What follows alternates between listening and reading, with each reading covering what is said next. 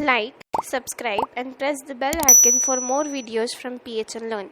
For more videos, download our app from the Play Store.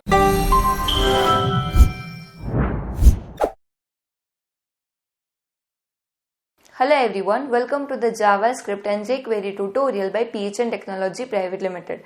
In this tutorial, we are going to use variables with operations and control statements. So let's just start with operations. There are basically 5 types of operations, out of which 4 are very important.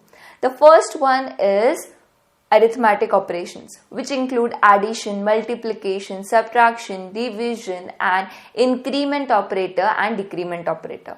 The increment operator has 2 plus signs in it and it increases the value of the variable.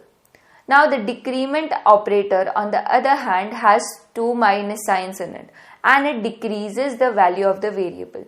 According to their positions, they react. Now the next one is the comparison operations. The comparison operations has equal to signs, greater than, less than, and also in an addition it has a very new operation that has 3 equal to signs in it. This particular thing, what it does is it not only compares the value of the 2 variables but it also compares the data type. That is, if one of this is a decimal number and the other one is just a number, still it would not tell it as equal. So it was just an example. We are going to see the use of them in the upcoming tutorials. The next one is the logical operator. The first one is the AND operator, which has 2 and % signs. The next one is the OR operator and the third one is the NOT operator. The AND operator is used when we want both the conditions to be either true or be false. The OR operator is used when we want either of them to be true. And the third one is to make a particular condition false, and that's how the logical operators work. The last one, but the very most important one, is assignment operator. So we are not going to waste time learning what they are. We will just implement them and see how they work. So we will just close the script over here. And now first of all we are going to declare our ID, because we need to display that particular thing on our HTML document or on HTML web page. So we are going to declare an ID. So I am going to declare P ID equals to P1 and close the paragraph here only. After this, we are going to declare some variables as var x equals to 10 and y equals to 11. And after that, I am going to use the minus equal to symbol. How does the minus equal to or the plus equal to work? Now, if there is, for example, we have x minus equal to y. Now what is going to happen is the left side, that is the x minus y, and the value would be stored inside the x only. So now we are going to give document dot get element by ID. We don't need a tag name over here. We need ID. And after this, we will enter the ID name over here. The ID name here is P1. Dot inner HT. The HTML here has to be capital and then equals to the value x, since the value is going to be stored in x. So now we will refresh this page and we can see minus 1.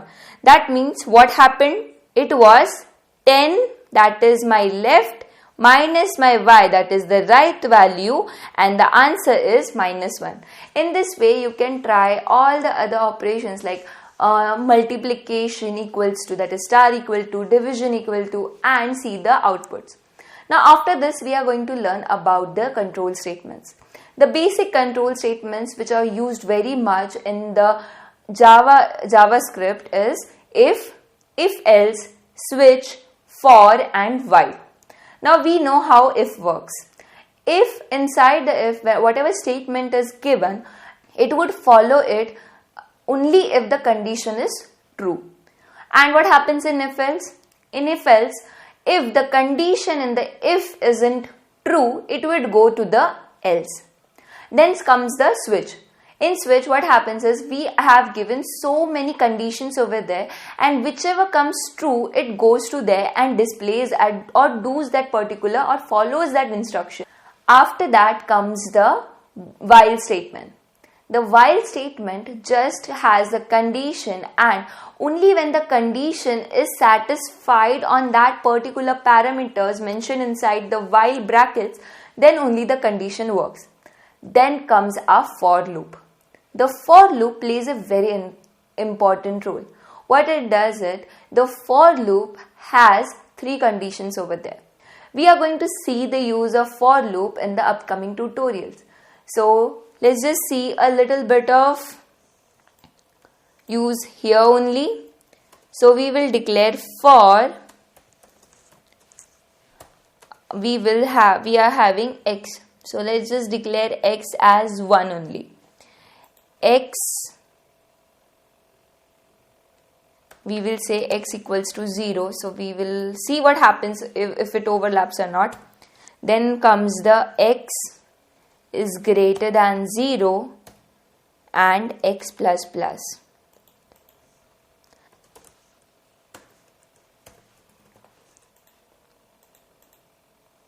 So the value here is 0. Why? Because we have given greater than also as 0. So we will give here as 5 and save it. And let's just see what happens. The greatest value here is 5. So in this way the for loop works. What it has done, we have given the value as 0, and then the loop has worked until the value is in 5. And when it is 5, it has come out of the loop. So this is how the for loop works. We will see more about this for loop in the upcoming tutorials. Till then, keep exploring and keep coding. Thank you. For more videos, download our app from the Play Store.